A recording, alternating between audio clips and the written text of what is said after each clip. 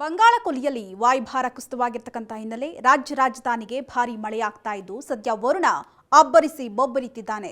ಇದರ ಪರಿಣಾಮ ರಾಜ್ಯದ ಹಲವೆಡೆ ಸಾಕಷ್ಟು ಸಮಸ್ಯೆಗಳಾಗ್ತಾ ಇದ್ದು ತಗ್ಗು ಪ್ರದೇಶದ ಮನೆಗಳಿಗೆ ನೀರು ನುಗ್ಗಿ ಜನರು ಪರದಾಡ್ತಿದ್ದಾರೆ. ಈ ಮಧ್ಯೆ ರಾಜ್ಯದಲ್ಲಿ ಇನ್ನು 2 ದಿನ ಹೀಗೆ ಮಳೆ ಮುಂದುವರಿಯಲಿದೆ ಅಂತ ಹೇಳಿ ಹವಾಮಾನ ಇಲಾಖೆ ಎಚ್ಚರಿಕೆ ನೀಡಿದೆ. ಹೌದು, ವಾಯುಭಾರ ಕುಸಿತದ ಪರಿಣಾಮದಿಂದಾಗಿ ಭಾರೀ ಮಳೆಯಾಗ್ತಾ ಇದ್ದು ರಾಜ್ಯದ ದಕ್ಷಿಣ ಒಳನಾಡು, ಉತ್ತರ ಒಳನಾಡು, ಕರಾವಳಿಯ ಒಟ್ಟು 6 ಜಿಲ್ಲೆಗಳಿಗೆ ರೆಡ್ ಅಲರ್ಟ್ ಅನ್ನು ನೀಡಲಾಗಿದೆ. ಅದರಲ್ಲಿ ದಕ್ಷಿಣ ಕನ್ನಡ, ಉತ್ತರ ಕನ್ನಡ, ಚಿಕ್ಕಮಗಳೂರು, ಹಾಸನ, ಕೊಡಗು, ಶಿವಮೊಗ್ಗ ಜಿಲ್ಲೆಗಳಿಗೆ ರೆಡ್ ಅಲರ್ಟ್ ಅನ್ನು ನೀಡಿದ್ದು ಗಾಳಿಯ ಪ್ರಮಾಣ ಹೆಚ್ಚಾಗಿ ಇರಲಿದೆಯಂತೆ. ಹೀಗಾಗಿ ಈ ಜಿಲ್ಲೆಗಳ ಅಂಗನವಾಡಿಗಳಿಗೆ ರಜೆಯನ್ನು ಸಹ ಘೋಷಣೆ ಮಾಡಲಾಗಿದೆ.